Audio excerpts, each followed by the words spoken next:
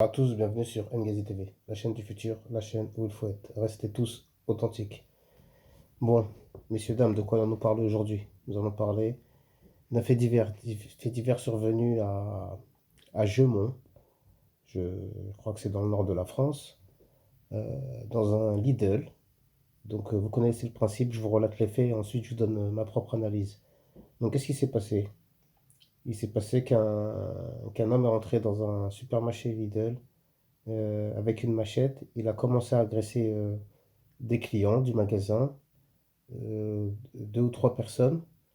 Ensuite, nous avons un des clients qui a eu un comportement assez héroïque, entre guillemets, hein, puisque il a attiré l'agresseur à lui, et il s'est protégé avec un caddie. Et donc, en voulant défendre ces gens-là, euh, cette personne qui était dans le magasin, donc qui s'est muni d'un caddie. Il a attiré l'agresseur à lui. Ensuite, l'agresseur bon, a mis un coup de machette, donc la personne s'est défendue et on s'est fait couper deux doigts. Et ensuite, en poussant le caddie sur l'agresseur qui avait la machette, il a réussi à le faire fuir, quoi. Et donc, ensuite, l'assaillant est parti en courant. Et les personnes qui ont été agressées juste avant, apparemment, leur pronostic vital n'est pas engagé, hein, donc heureusement. Et ensuite, cette personne-là là, qui était venue faire un massacre, hein, c'est le cas de le dire, avec sa machette, bah, il s'est automutilé apparemment.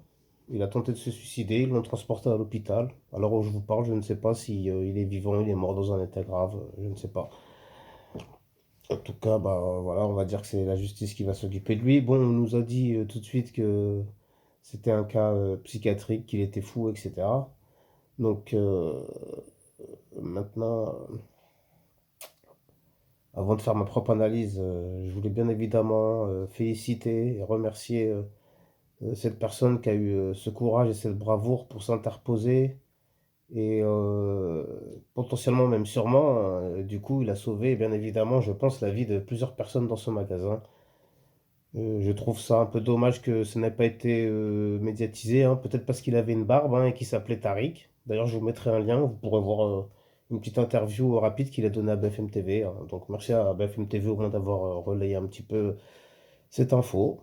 Donc félicitations à lui, à ce monsieur Tariq, parce que ça rétablit un peu la balance, hein. Parce que avec tout ce qui se passe en ce moment, on est toujours en train de salir les musulmans, les Nord-Africains, les Africains tout court, etc. Donc c'est bien qu'il y ait des gens comme ça qui montrent une meilleure image de nous, ou une meilleure image des musulmans, par exemple. Parce que je suppose qu'il est musulman, hein. Bon, après, pas obligatoirement, mais voilà. Tout ça pour dire, faut pas mettre les gens dans le même sac. Vous pouvez être un jour, vous, en train de faire vos courses dans un magasin et vous aurez ce soi-disant musulman que vous n'aimez pas, que vous n'apprécierez pas, qui sera prêt à risquer sa vie pour vous sauver, vous qui pourtant voulez qu'il ne soit plus dans votre pays, entre guillemets. Bon, maintenant que j'ai dit tout ça, moi, mon analyse de ça, c'est que je trouve que c'est quand même suspect. Pourquoi je dis ça? Parce que ça fait un moment qu'on a des gens comme ça, surtout des gens, on va dire, nord-africains, qui font des attaques au couteau. Pas spécialement nord-africains, hein, parce que ça peut aussi, des fois, c'est d'autres pays de migrants, qui font des attaques au couteau ou à la machette, et on dit tout le temps, il était fou, c'est un fou, c'est un dingue. Donc maintenant, moi, je veux bien, mais faites-nous le coup une fois, deux fois, trois fois, quatre fois.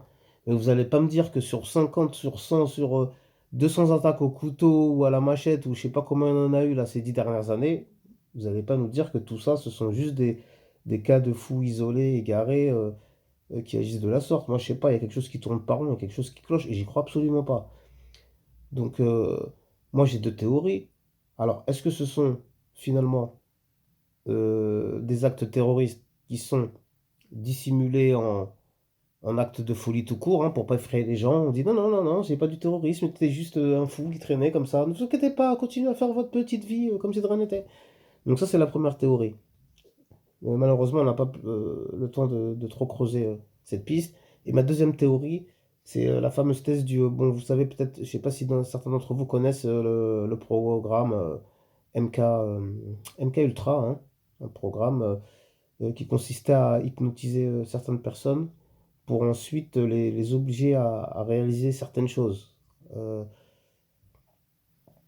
Euh, Comme dirait Virenque, à l'encontre de son plein gré, hein. Bon, vous m'avez compris. Donc, cette piste-là aussi, elle est plausible. Parce qu'après, bon, après, je ne vais pas dans un délire de, hein, comme vous savez, de complotisme ou je ne sais quoi, mais dans la logique, vous savez très bien que l'hypnose, ça existe. Donc, cette histoire de théorie de peut-être préprogrammer les gens dans leur cerveau pour qu'ils fassent certaines actions, moi, j'ai tendance à y donner un minimum de crédibilité quand même, tout en sachant que je n'ai pas aucune preuve de ce que j'avance, etc. Ce ne sont que des théories, mais je pense que je pense que cette théorie, elle est plausible, elle est loin d'être ridicule. Donc, moi, je vois ces deux pistes. En tout cas, ça commence à m'inquiéter, ça commence à m'interpeller qu'il y ait autant d'attaques de ce genre qui se perpétuent et qui se multiplient, qui se répètent jour après jour, année après année. Donc, j'aimerais bien savoir ce qui se trame derrière tout ça, qu'on nous dise la vérité, qu'on arrête, parce qu'à mon avis, il y a des secrets d'État, il y a quelque chose de bizarre derrière tout ça. Mais bon, est-ce que la vérité ressortira un jour ou l'autre? Je sais pas. Ou même si la vérité ressort, sera-t-elle transformée ou manipulée?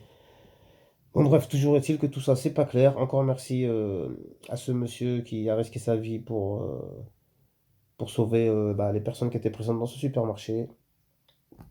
Je vous remercie de m'avoir suivi, c'était un plaisir.